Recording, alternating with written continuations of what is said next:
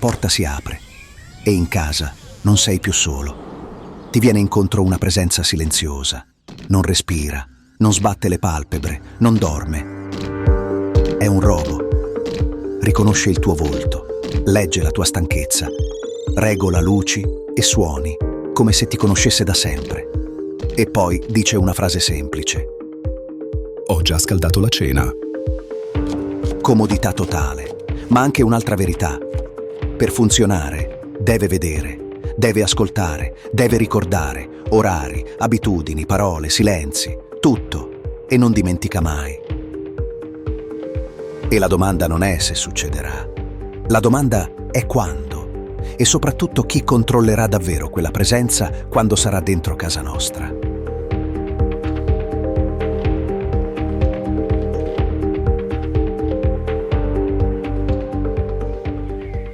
Per anni abbiamo confuso i robot con oggetti semplici, un aspirapolvere che gira da solo, un assistente vocale che risponde, una telecamera che ti manda una notifica. Ma quello non è il vero arrivo, quello è solo l'anticamera. Il vero salto avviene quando il robot non fa una sola cosa, ma diventa un corpo in casa. Un corpo che si muove, che afferra, che apre, che porta, che pulisce, che sistema, che impara. La differenza è enorme. Un robot con le braccia non è un elettrodomestico, è un lavoratore, è una presenza, è un nuovo tipo di convivenza. E sai qual è il dettaglio che cambia tutto? Non è la forza, non è la velocità, è sapersi muovere dentro il caos di una casa vera. Una casa non è mai uguale. Oggi trovi una sedia spostata, un cavo in mezzo al pavimento, un giocattolo sotto al tavolo, una porta socchiusa, un tappeto che scivola, un bicchiere lasciato sul bordo. Magari c'è un gatto che ti passa davanti all'improvviso o un bambino che corre e cambia direzione senza avvisare. In una fabbrica invece è tutto il contrario. Gli spazi sono studiati, gli oggetti sono sempre nello stesso punto, le regole sono fisse. Per un robot, quello è un mondo semplice, perché è previsto. Una casa è difficile proprio perché è imprevedibile. E quando un robot sarà davvero capace di vivere e lavorare lì dentro, senza fare danni, senza bloccarsi, senza sbagliare, allora significherà una cosa sola: che siamo entrati in una nuova epoca. Allora, perché non li vediamo ancora ovunque? Per 3 motivi molto concreti. Il primo è il corpo.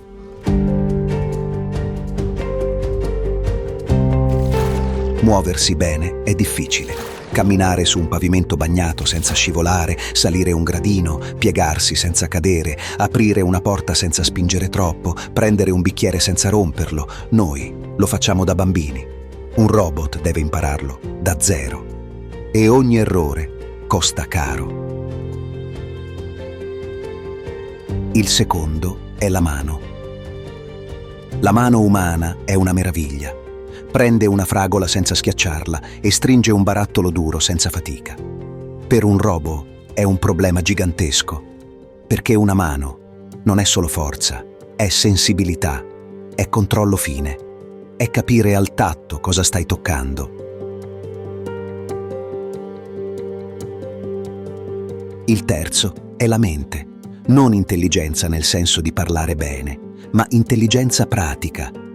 Capire cosa è importante in una stanza, capire la differenza tra un oggetto fragile e uno resistente, capire che se un bambino piange non basta chiedere cosa c'è. Bisogna interpretare, bisogna scegliere. E qui arriviamo al punto cruciale. Il robot in casa non deve solo fare, deve decidere.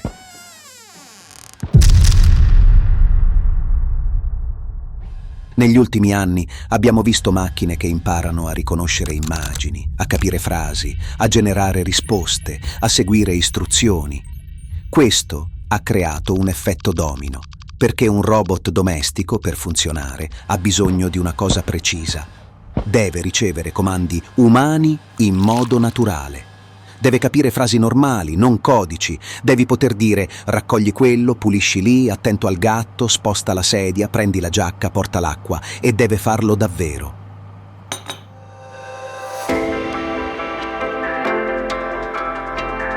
Il robot del futuro non sarà controllato come un giocattolo. Sarà più simile a un assistente che esegue compiti, ma con un corpo. E questo apre uno scenario potentissimo, perché improvvisamente la casa diventa un luogo dove il tempo cambia valore. Pensa a quante ore della vita se ne vanno in cose invisibili. Rimettere a posto, cercare oggetti, pulire, preparare, portare, sistemare. Non sono attività epiche, sono gocce, ma messe insieme diventano una parte enorme della nostra esistenza. E qui nasce la promessa. Il robot in casa non ti vende solo comodità, ti vende tempo.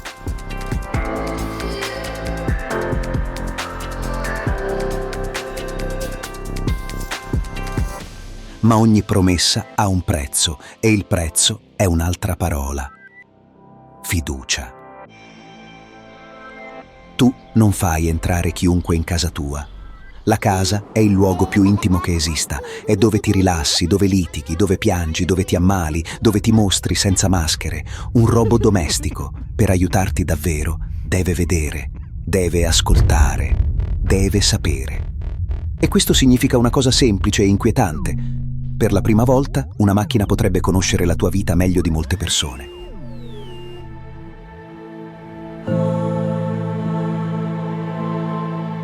Non serve immaginare complotti, basta la normalità. Dati raccolti per migliorare il servizio, aggiornamenti automatici, funzioni nuove, connessione costante, e a un certo punto la domanda diventa inevitabile. Chi controlla il robot controlla una parte della tua casa? E non è solo privacy, è sicurezza. Perché se un robot può aprire una porta, spostare oggetti, usare strumenti, allora un errore o un abuso non è più una notifica fastidiosa, è un rischio fisico. Quindi la vera sfida non è costruire il robot.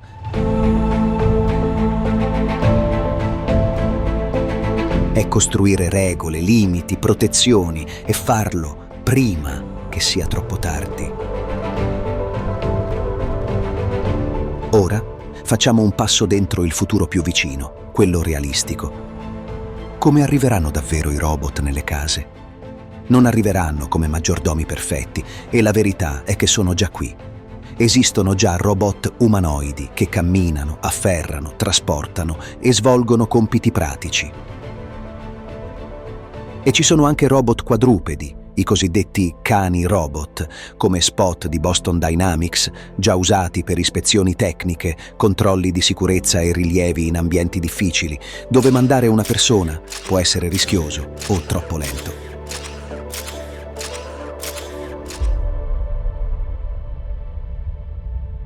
Il motivo per cui non li vediamo ancora ovunque è semplice. Oggi lavorano soprattutto dove il mondo è più adatto a loro. Industrie, magazzini, cantieri, impianti, grandi strutture, luoghi con spazi più prevedibili, regole chiare e assistenza tecnica pronta se qualcosa va storto.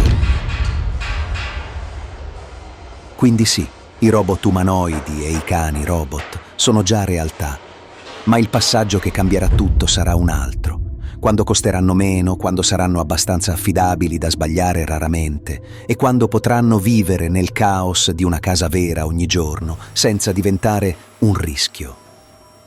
Poi succederà la cosa che succede sempre. Diventeranno normali.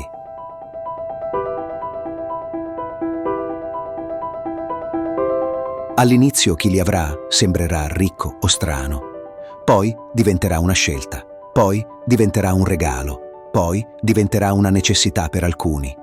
E a quel punto, senza accorgercene, saranno ovunque. E adesso voglio farti una domanda diretta. Qual è la funzione che farà esplodere davvero il robot domestico? Non pulire, non cucinare, non fare battute.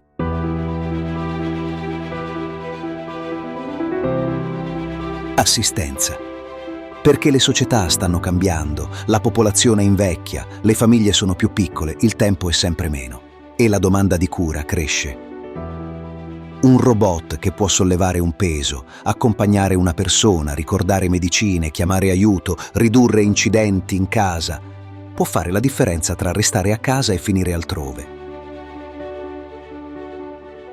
E qui il futuro non è freddo, è emotivo, perché può diventare una risposta reale alla solitudine, ma può anche diventare una scusa per sostituire presenza umana con una macchina. E questa linea sarà sottilissima.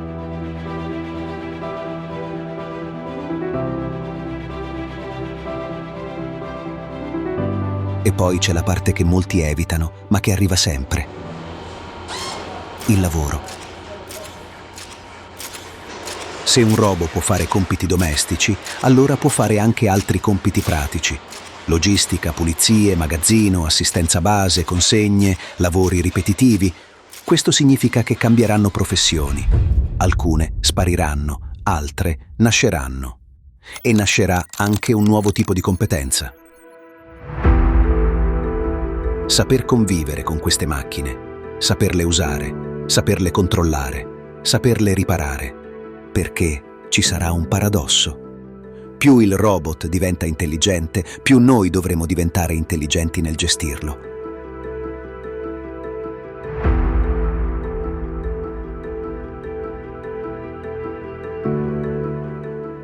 Ora torniamo alla scena iniziale. Tu rientri a casa, il robot ti viene incontro. Che cosa vorresti davvero? Un robot che fa tutto al posto tuo o un robot che ti restituisce libertà senza toglierti la vita?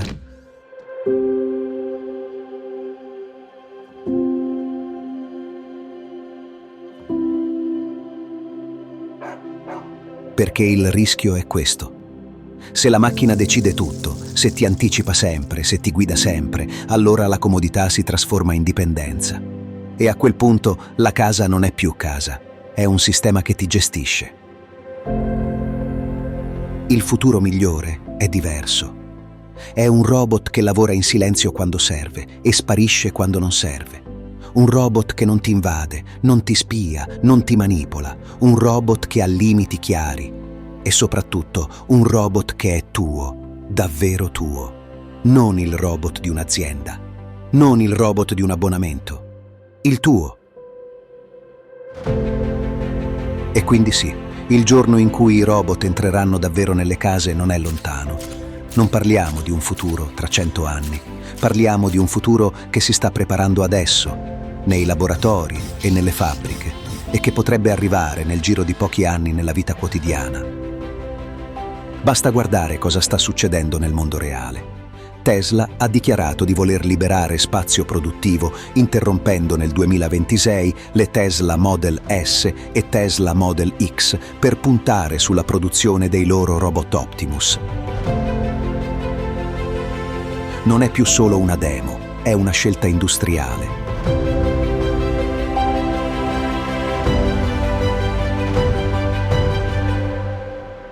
E quando succederà, non cambierà solo come puliamo o come cuciniamo, cambierà la cosa più intima che abbiamo, la vita quotidiana.